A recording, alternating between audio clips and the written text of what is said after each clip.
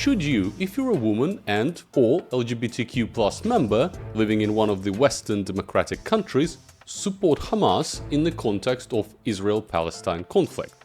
Let's say that you've done your research, considered various points of view, and still arrived to the conclusion that Israel's war on Hamas is unjustified, that civilian casualties in Gaza are entirely IDF's fault, and that it's about time for you to express your new anti-Israel and pro-Hamas position by chanting a not-so-dangerous slogan like "From the river to the sea." Before you do that though, allow me to offer a couple of additional arguments that may or may not convince you to reconsider. In this video, I'll compare governance and quality of life in Israel versus Hamas-controlled Gaza and some other Middle Eastern systems. So women and people from LGBTQ+ community could reflect on whether Hamas aligns with their values of equality and freedom. I'm not here to tell you what to think, but to give you more tools to think critically. Let's dive in. First up is the governance. Israel functions as a parliamentary democracy offering robust political freedoms that align closely with Western standards.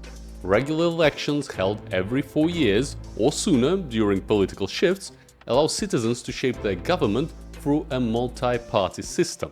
In 2022, Israel's 5th election in 4 years saw diverse parties from progressive Meretz to conservative Likud competing openly. Freedom House rated Israel as free with a score of 74 out of 100 points in 2024, reflecting strong protections for civil liberties, including freedom of speech, press and assembly. The independent Supreme Court frequently checks government power, as it was seen in 2023 review of controversial judicial reforms, which sparked mass protests by women and LGBTQ+ activists, among many others.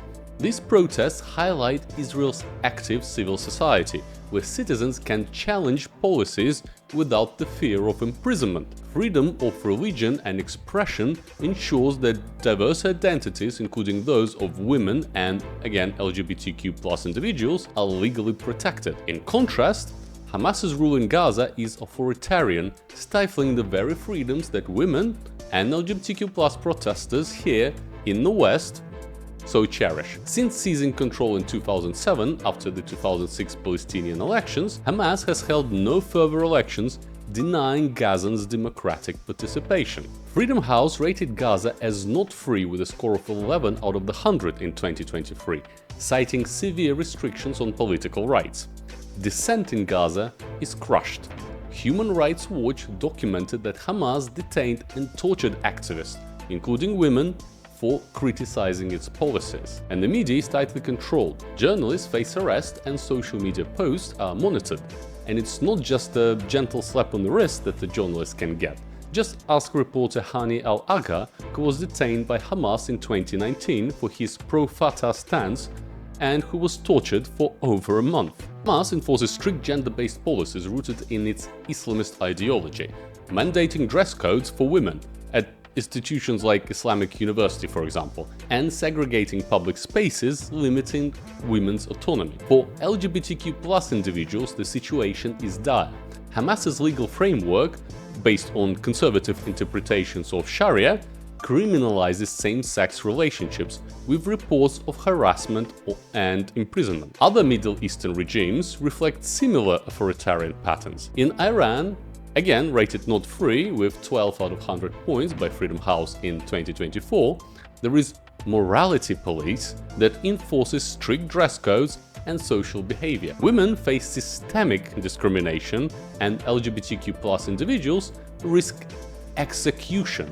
Again, execution under Iran's penal code. And then there is Syria, which scored 1 out of the 100 of Freedom House scale. And in there, the dissent is again crushed, with women and minorities facing targeted violence. While these regimes vary, they share Hamas's reliance on repression, starkly contrasting Israel's democratic protections for women and LGBTQ+ communities. Next up is the way of life.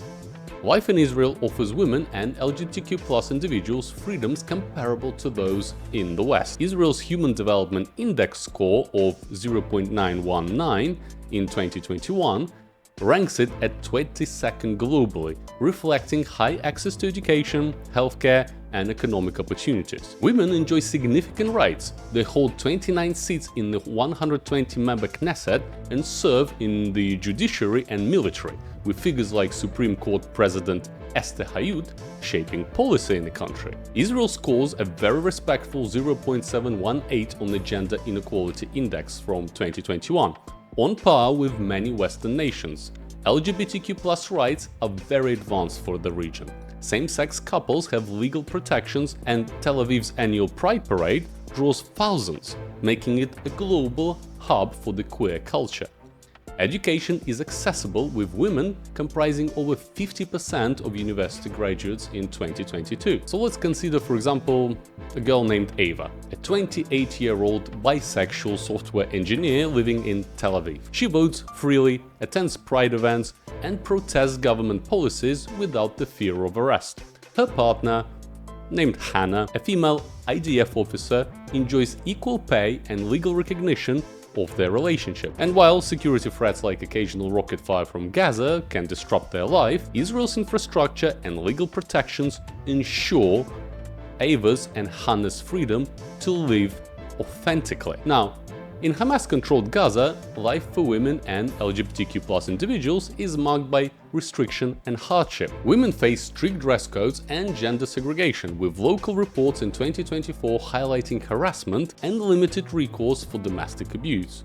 For LGBTQ+ individuals, Gaza is pure hostile. Public expression of queer identity is unthinkable, and women's protests, like a 2021 rally against gender-based violence, are often suppressed and suppressed hard. So now let's take another example. Fatima, a 24-year-old Gazan teacher. She navigates gender-segregated schools, mandatory hijab rules, and societal pressure to marry young. Her brother, suspected of being gay, lives in fear of Hamas's morality enforcement. Unable to protest or criticize Hamas online without risking arrest, Fatima's aspirations for equality are forever sniffed out. And in some other Middle Eastern regimes, similar constraints prevail. In Iran, a big supporter of Hamas, women face imprisonment for defying veiling laws, and LGBTQ+ individuals are executed or forced into hiding. And in Syria, conflict has led to widespread sexual violence against women and minorities with little access to any kind of justice. So, to quickly sum up the contrast, in Tel Aviv, a lesbian woman can dress in shorts and crop top and whatever else she prefers to go and protest Israel's policies in front of the government buildings. In Gaza, that could very well result in severe beatings and jail, and in Tehran, all the same things, plus maybe a public hanging as a cherry on top. So, as women and LGBTQ+ individuals accustomed to Western freedoms like free expression, gender equality, and the right to love openly, would you feel safe or fulfilled under Hamas's governance, for example? Could you thrive in a society where women are pressured to conform to strict dress codes and segregation, and where LGBTQ+ individuals face imprisonment or worse just for their identity? Would you choose Iran's morality police or Syria's war-torn repression over the democratic freedoms of Israel or the West? These questions don't negate Palestinian suffering, but they should challenge the alignment of Hamas's oppressive rule with the values of equality and justice that drive your activism. You see, the Israeli-Palestinian conflict is layered with pain and competing narratives. Israel's occupation of the West Bank, with its checkpoints, and the Gaza blockade restrict Palestinian access to opportunities and fuel legitimate grievances. These policies deserve criticism for their impact on human rights. Yet somehow we keep forgetting about the other side. Hamas and its 2023 attack killing 1,200 Israeli civilians, and then its use of civilian areas for military purposes, which has been confirmed by UN reports, and its diversion of aid from women and families, which perpetuate Gaza's suffering. Supporting Hamas risks endorsing a regime that suppresses the very freedoms that women and LGBTQ+ activists champion right now in the streets of the Western cities, undermining the cause of justice for Palestinians. Your activism as women and LGBTQ+ protesters reflect a commitment to equality and human rights, which is a beautiful thing. However, supporting Hamas contradicts these values as its governance denies Gazans the freedoms that you enjoy. Instead, maybe consider advocating for a two-state solution that grants Palestinians self-determination while ensuring Israel's security. And then support humanitarian aid, women's empowerment programs, and democratic reforms in Palestinian territories.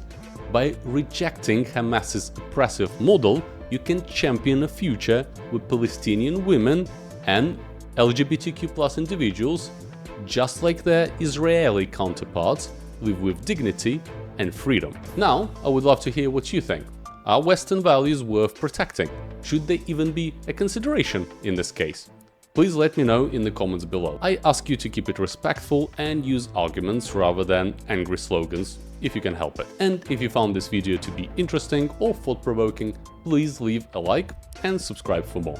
Thank you very much for watching. Stay curious, stay critical, and I'll see you on the next one.